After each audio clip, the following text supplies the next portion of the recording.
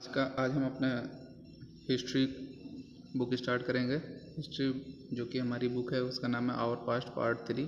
और इस बुक के भी दो पार्ट हैं हमारे पास। क्लास 8th में हिस्ट्री बुक के दो पार्ट हैं, यानी कि दो पार्ट्स में बुक चलती है। पहला है आवर पास्ट पार्ट 3। ये तो आवर पास्ट पार्ट 3 का मतलब क्या है कि हमने 6th क्लास में आवर पास्ट पार्ट 1 पढ़ा था, 7th क्लास में आवर पास्ट पार्ट 2 पढ़ी थी, और जो 8th क्लास है इसमें हम आवर पास्ट पार्ट 3 पढ़ रहे हैं। यानी कि हिस्ट्री को मेनली 3 पार्ट में डिवाइड करके आपको पढ़ाया जा रहा है। और चूँकि जो पार्ट 3 है इसको फिर से फर्दर दो पार्ट में डिवाइड किया गया, पार्ट 1 और पार्ट 2। तो ये जो हमारी बुक है, पहली बुक जो है वो पार्ट 1 है, और इसमें हमको स्टार्ट करना है अपना पहला चैप्टर जो है, इसमें जो हमारा पहला चैप्टर है वो है हाउ, व्हेन एंड वेयर। अब चूँकि हमने फर्स्ट जो बुक है या क्लास 6 में जो हमने पढ़ा था, वो क्लास 6 में हमने पढ़ी बेसिकली एंशियंट इंडियन हिस्ट्री पढ़ी थी। एंशियंट इंडियन हिस्ट्री पढ़ी थी जिसमें हमने बात की थी प्राचीन भारत के बारे में। प्राचीन भारत के हड़प्पा सभ्यता, उससे पहले के आज से 2000-2500 साल पहले से लेकर अपनी हिस्ट्री स्टार्ट की थी और लगभग 8वीं-9वीं शताब्दी तक आकर उसको ख़त्म किया था। जो सेकंड पार्ट था हमारा आवर पास्ट पार्ट 2, उसमें हमने बात की थी मिडिवल इंडिया की, जो आपने क्लास 7th में पढ़ी थी। उसमें मध्यकालीन भारत के बारे में पढ़ा था, मध्यकालीन भारत का इतिहास पढ़ा था उसमें, जिसमें हमने दिल्ली सल्तनत और मुग़ल सल्तनत, विजयनगर साम्राज्य, इन सारी चीज़ों के बारे में पढ़ाई की थी। जो हमारा थर्ड पार्ट है उसमें हम बात करेंगे मॉडर्न इंडिया की। अब मॉडर्न इंडिया जो है, मॉडर्न इंडिया का मतलब आज का इंडिया नहीं, मॉडर्न इंडिया का मतलब मॉडर्न इंडियन हिस्ट्री, यानी कि ऐसी हिस्ट्री या उस टाइम पीरियड की बात करते हैं जब से ब्रिटिशर्स हमारे देश में आते हैं। जब से ब्रिटिशर्स हमारे देश में आए, वहाँ से लेकर जो अंग्रेज़ थे जब से हमारे देश में आए, उन्होंने हमारे देश पे कब्जा किया, हमको कॉलोनाइज़ किया और हमारे रिसोर्सेज का यूज़ किया अपने फ़ायदे के लिए। वहाँ से लेकर 1947 तक, जब तक कि हम जो हमको इंडिपेंडेंस मिली 15 अगस्त 1947 तक, इस पीरियड को हम कहते हैं मॉडर्न इंडियन हिस्ट्री। इसमें हम मॉडर्न इंडियन हिस्ट्री पढ़ेंगे और उसी में सबसे पहला जो हमारा चैप्टर है हाउ, व्हेन एंड वेयर, इसमें बात करेंगे कि जो ब्रिटिशर्स आए तो उस टाइम जो हिस्ट्री उन्होंने अलग तरीके से इतिहास लिखना स्टार्ट किया। उस इतिहास लिखने में उन्होंने कौन कौन से चेंजेस किए, या उनके लिए जो नए नए टर्म्स आए, कैसे उन्होंने इस्टेब्लिश किया अपना साम्राज्य, कब इस्टेब्लिश किया अपना साम्राज्य, कौन कौन से क्षेत्र को उन्होंने पहले जीता, पहले बंगाल पे कब्जा किया, पहले कहाँ पे कब्जा किया, इन सारी चीज़ों को हम इसमें पढ़ेंगे। उसके बाद हम बाकी डिफरेंट जो हमारे चैप्टर्स हैं उनके बारे में पढ़ेंगे कि ब्रिटिशर्स की जो नीतियाँ थी या ब्रिटिश की जो राजनीति थी उसका विस्तार कैसे हुआ। जो सेकंड चैप्टर हमारा फ्रॉम ट्रेड टू टेरिटरी, उसमें पढ़ेंगे। थर्ड चैप्टर है रूलिंग द कंट्री साइड, यानी कि जो गांव के एरियाज थे या शहर, जो मेन जो शहर एरिया थे जहां से वो व्यापार करते थे, उसके अलावा जो ग्रामीण क्षेत्र था, बहुत बड़ा जो ग्रामीण क्षेत्र, उस पर उनका विस्तार कैसे हुआ, उस पर उन्होंने कैसे शासन किया। फोर्थ चैप्टर है ट्राइबल्स के बारे में, उनकी पॉलिसीज़ का, जनजातियों पर, जो ट्राइबल पीपल थे, जो जंगलों में रहते थे, जो आदिवासी लोग हैं, उनके जीवन पर उनका क्या प्रभाव पड़ा। ऐसे करके हम डिफरेंट जो पीपल्स हैं या डिफरेंट सेक्टर्स जो हैं हमारे, या डिफरेंट जो ग्रुप्स हैं, कहीं अमीर है, कुछ राजा रजवाड़े हो गए, कुछ हो गए जो कि जंगलों में रहने वाले, कुछ हो गए जो गाँव में रहने वाले, किसानों पर क्या इफेक्ट हुआ, ऐसे करके हम ढेर सारी चीज़ों को, ब्रिटिशर्स की सारी चीज़ों का फोकस किस पे रहेगा, ब्रिटिश गवर्नमेंट की पॉलिसीज़ पे रहेगा। और फिर सेकेंड पार्ट में बुक में हम पढ़ेंगे अपना नेशनल मूवमेंट, कैसे हमने उनका प्रतिशोध किया, कैसे हमने उनके खिलाफ, मतलब हमारे नेताओं ने हमको इकट्ठा किया, महात्मा गांधी, जवाहरलाल नेहरू और वल्लभ भाई पटेल जैसे जो नेता थे, उन्होंने कैसे हमको इकट्ठा किया, और फिर उसका यूज़ करते हुए, हमारे जन धन का यूज़ करते हुए कैसे हम डेवलप हुए और कैसे हमने स्वतंत्रता हासिल की। जो पहला टॉपिक है वो है हाउ इम्पोर्टेंट आर डेट्स। जैसे इसमें बताया गया है कि पहले क्या होता था, या जब नॉर्मली हिस्ट्री की बात करते हैं तो आपने कई बार लोगों को कहते सुना होगा, I find history boring because it is all about memorising dates, is such a concept true.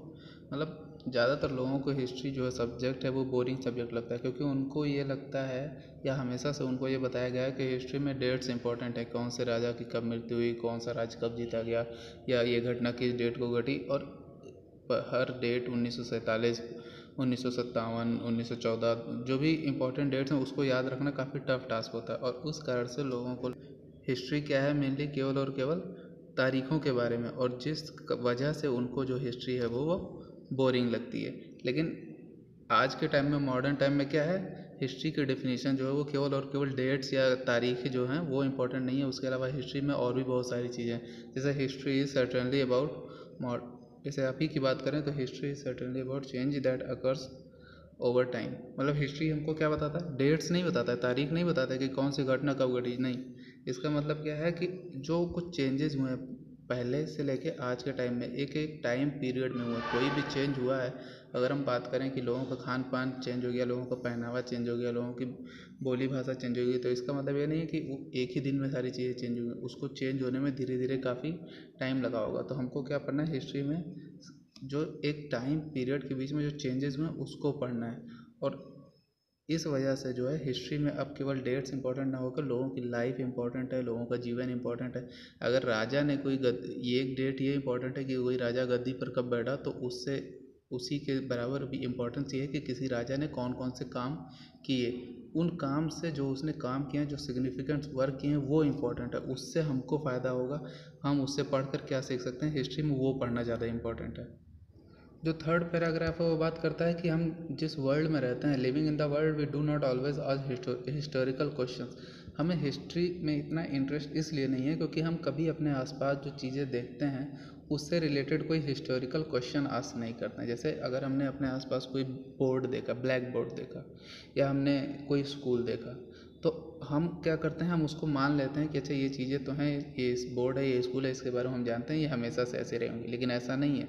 वो बोर्ड वहाँ पर आया है तो उसका कुछ पर्पज़ होगा, कब आया है, कैसे आया है, क्यों आया है, या स्कूल क्यों बना, पहले स्कूल कब बने। ऐसा भी तो एक क्वेश्चन हो सकता है ना, आपके दिमाग में क्यूरियोसिटी आ सकती है कि अगर ये स्कूल है तो पहला स्कूल कब बना होगा। तो ये जो क्वेश्चंस हैं ये कैसे क्वेश्चंस हैं, हिस्टोरिकल क्वेश्चंस हैं। अगर हम अपने आप से, अपने आस पास से, लोगों से, इन्वायरमेंट में जो देखते हैं उसके लिए अगर हम हिस्टोरिकल क्वेश्चंस पता करने लगे, जैसे most of has our moments of wonder where we are curious and we ask question that actually are historical, watching someone sip a cup of coffee. अगर हम कहें कि हमने देखा कि कोई जो है एक कॉफ़ी पी रहा है या चाय पी रहा है, कहीं हम गाड़ी से जा रहे हैं, हमने देखा कि बगल में चाय की दुकान है, लोग वहाँ चाय पी रहे हैं, तो उससे बारे में अगर हमने देखा और फिर हम आगे बढ़ गए, अगर हमने उसके बारे में कोई हिस्टोरिकल क्वेश्चन पूछा कि पहली बार इंसान ने चाय कब पी होगी, तो वो एक हिस्टोरिकल क्वेश्चन है क्योंकि चाय का भी एक इतिहास है। और जब हम उसको पढ़ेंगे तब हिस्ट्री हमारे लिए बोरिंग नहीं रह जाएगा, तब हिस्ट्री हमारे लिए क्या हो जाएगा, एक इंपॉर्टेंट सा सब्जेक्ट हो जाएगा।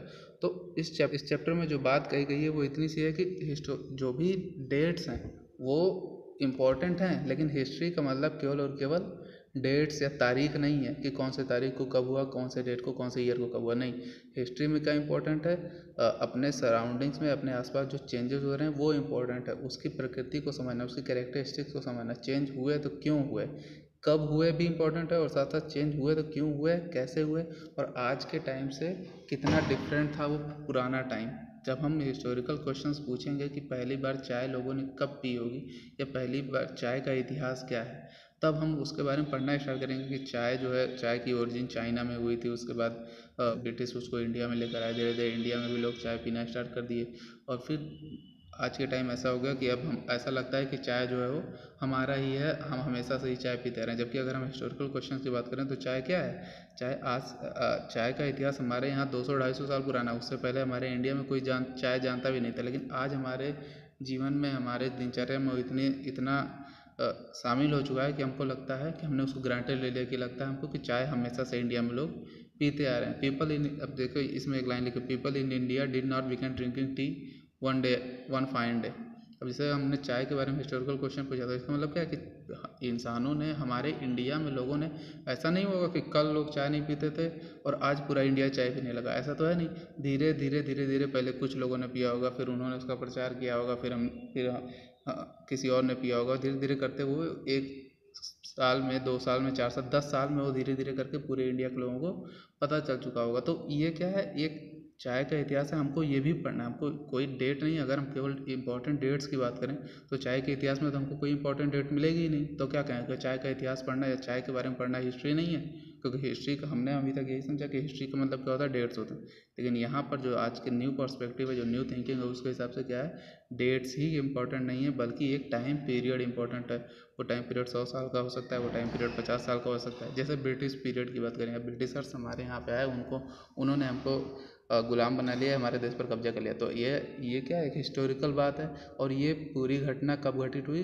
10 साल, 20 साल, 50 साल के टाइम पीरियड के बीच में घटित हुई। किसी एक दिन नहीं हुई कि एक दिन ब्रिटिशर्स आए और उन्होंने पूरे देश पर कब्जा कर लिया और उसकी हम एक डेट लिख के दे दें कि ये उसकी एक डेट है 1857 या जो भी कोई डेट है। ऐसा हम कुछ नहीं कह सकते। ऐसी कोई डेट नहीं है जिसमें हम ये डिसाइड कर सकते हैं कि अच्छा आज या उस दिन ब्रिटिशर्स ने इंडिया पे कब्जा कर लिया था। वो क्या है, एक टाइम पीरियड की बात है। यहाँ से उन्होंने धीरे धीरे स्टार्ट किया, पहले बंगाल से स्टार्ट किया, धीरे धीरे करते हुए बंगाल को जीतने में उनको कुछ साल लगे, फिर उन्होंने धीरे धीरे करके पूरे इंडिया को जीत लिया। तो ये क्या हो गया, फिर पीरियड कैसा हो गया, एक पूरा स्ट्रेच ऑफ टाइम हो गया, पूरा टाइम पीरियड होगा जिसमें उन्होंने हमारे देश को गुलाम बनाया।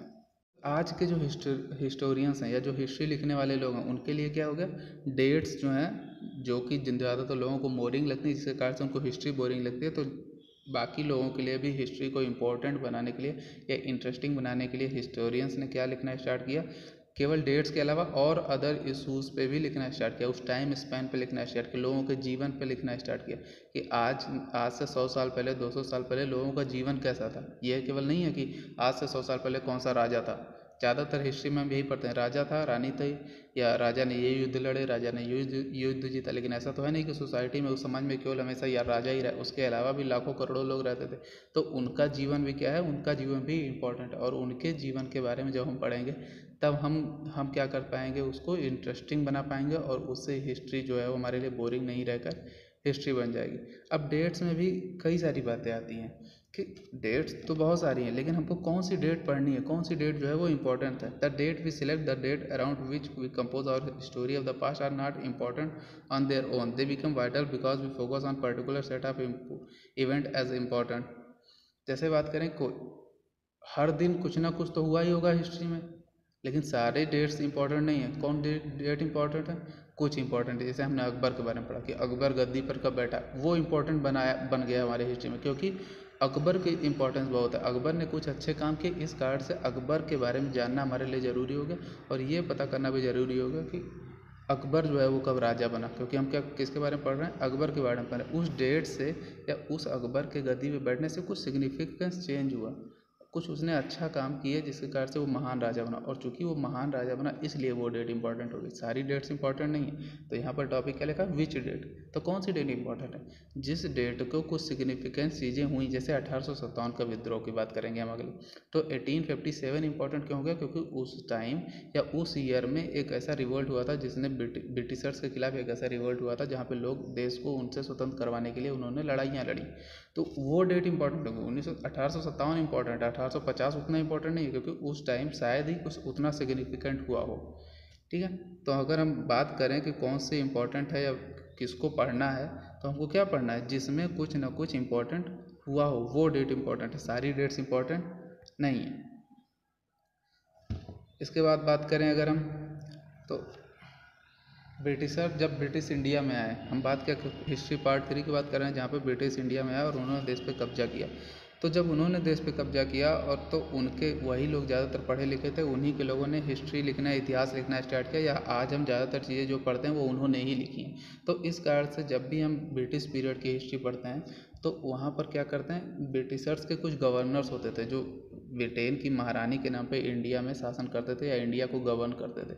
और चूंकि जब वो सबसे इम्पोर्टेंट व्यक्ति होता था, इसलिए उनके द्वारा लिखी गई हिस्ट्री कैसी होती है, सारी उन ब्रिटिशर्स के लाइफ के आसपास ही घूमती है। उनके हम जब भी पीरियड्स की बात करते हैं तो वॉरेन हेस्टिंग का पीरियड, कॉर्नवालिस का पीरियड, लॉर्ड कैनिंग का पीरियड, लॉर्ड माउंटबेटन का पीरियड, वो सारी चीज़ों को हम कंबाइन करते हैं और उसके आधार पर हम इंडिया की हिस्ट्री को डिवाइड करते हैं।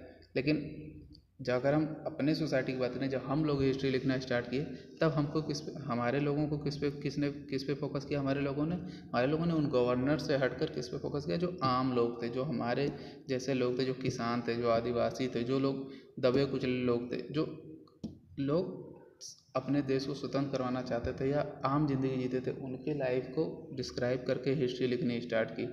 या हमने क्या किया, अपने चैप्टर्स को कैसे डिवाइड किया। जैसे हमने इस बुक की बात करें तो हमने चैप्टर को कैसे डिवाइड किया कि ब्रिटिश का आदिवासियों पर क्या इम्पैक्ट पड़ा, ब्रिटिश शासन का किसानों पर क्या इम्पैक्ट पड़ा,